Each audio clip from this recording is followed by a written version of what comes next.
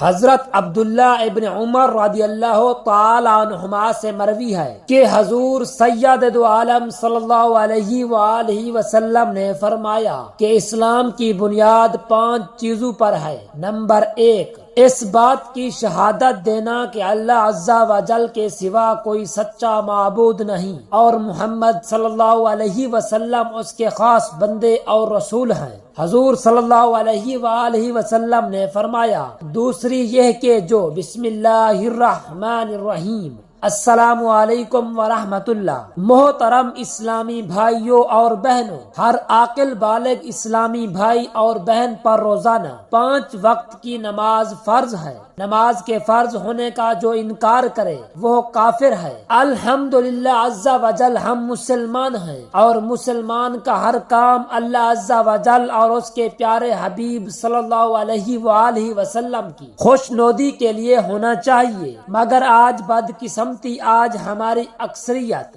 نیکی کے راستے سے دور ہوتی جا رہی ہے۔ شاید اسی وجہ سے ہمیں طرح طرح کی پریشانیوں کا سامنا ہے۔ آئیے نماز کے فضائل پڑھیے اور دیکھیے کہ اللہ عز و جل نے ہم پر نماز فرض کر کے خود ہم پر ہی احسان عظیم فرمایا ہے۔ ہم تھوڑی سی محنت کریں، نماز پڑھیں تو اللہ عز و جل ہمیں کتنا زبردست اجر و ثواب عطا فرماتا ہے۔ اللہ عز و جل نے قرآن مجید میں جا بجا نماز کی تاکید فرمائی ہے۔ چنانچہ ارشاد باری تعالی ہے کہ ترجمہ کنز الایمان اور میری یاد کے لیے نماز قائم رکھ۔ اس کے علاوہ بھی کئی جگہ پر نماز کی تلقین اللہ عز و جل نے قرآن پاک میں فرمائی ہے، اور اس کے علاوہ نماز ارکان اسلام کا ایک جز ہے۔ حضرت عبداللہ ابن عمر رضی اللہ تعالی عنہما سے مروی ہے کہ حضور سید دو عالم صلی اللہ علیہ وآلہ وسلم نے فرمایا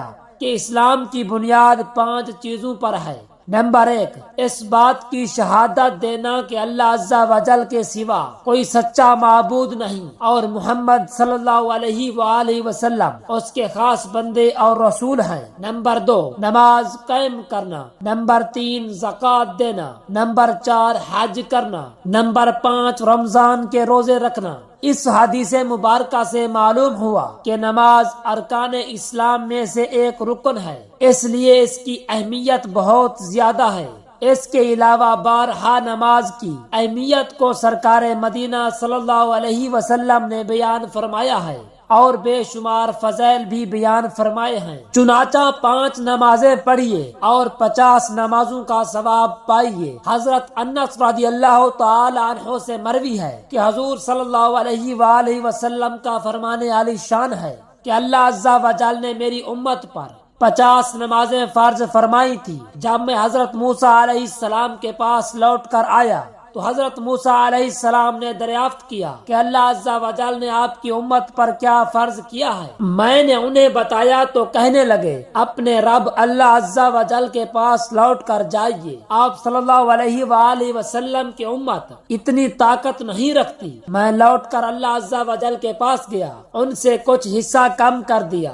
جب پھر موسیٰ علیہ السلام کے پاس لوٹ کر آیا تو انہوں نے مجھے پھر لوٹا دیا۔ اللہ عز و جل نے فرمایا، اچھا 5 ہیں اور 50 کی قائم مقام ہے، کیونکہ ہمارے قول میں تبدیلی نہیں ہوتی۔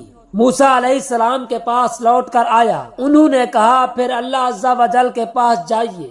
میں نے جواب دیا، مجھے تو اللہ عز و جل سے شرم محسوس ہونے لگی۔ حضرت انس بن مالک رضی اللہ تعالی عنہ نے فرمایا کہ حضور صلی اللہ علیہ وآلہ وسلم پر شب معراج 50 نمازیں فرض کی گئی، پھر کم کی گئی یہاں تک کہ 5 رہ گئی۔ پھر آواز دی گئی، اے محبوب صلی اللہ علیہ وآلہ وسلم، ہماری بات نہیں بدلتی، اور آپ صلی اللہ علیہ وآلہ وسلم کے لیے ان 5 نمازوں کے بدلے میں 50 نمازوں کا ثواب ملتا ہے۔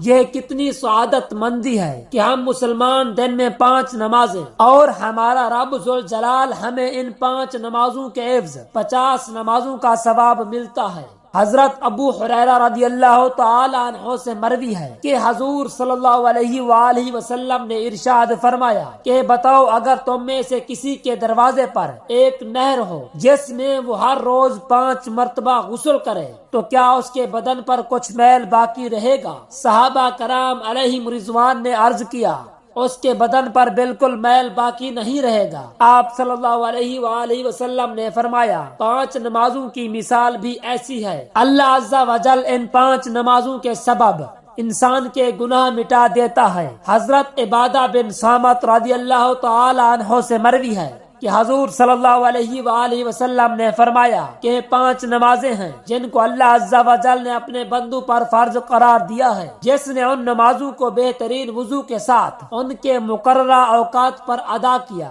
اور ان نمازوں کے رکوع و سجود اور کامل خشوع سے ادا کیا، تو ایسے شخص سے اللہ عز و جل کا وعدہ ہے کہ اس کی مغفرت فرما دے۔ اور جس نے ایسا نہیں کیا، یعنی نماز ہی نہ پڑھی یا نماز کو اچھی طرح نہ پڑھا، تو ایسے انسان کے لیے اللہ عز و جل کا کوئی وعدہ نہیں، اگر چاہے تو اس کی مغفرت فرما دے اور چاہے تو اس کو عذاب دے۔ حضرت ابو ذر رضی اللہ تعالی عنہ سے مروی ہے کہ حضور صلی اللہ علیہ وآلہ وسلم سردی کے موسم میں جب پتے درختوں سے گر رہے تھے باہر نکلے، آپ صلی اللہ علیہ وآلہ وسلم نے ایک درخت کی 2 شاخوں کو پکڑ لیا۔ ابو ذر رضی اللہ تعالی عنہ فرماتے ہیں کہ شاخوں سے پتے گرنے لگے۔ راوی کہتے ہیں حضور صلی اللہ علیہ وآلہ وسلم نے پکارا، اے ابو ذر رضی اللہ تعالی عنہ۔ میں نے عرض کیا لبیک یا رسول اللہ صلی اللہ علیہ وآلہ وسلم۔ حضور صلی اللہ علیہ وآلہ وسلم نے فرمایا، مسلمان مرد و عورت جب نماز اس مقصد سے پڑھتا ہے کہ اسے اللہ عز و جل کی رضامندی حاصل ہو جائے، تو اس کے گناہ اسی طرح جھڑتے ہیں جس طرح یہ پتے درخت سے جھڑتے جا رہے ہیں۔ حضرت ابو عثمان نہدی رضی اللہ تعالی عنہ سے مروی ہے کہ حضور صلی اللہ علیہ وآلہ وسلم نے فرمایا کہ بے شک جب مسلمان نماز پڑھتا ہے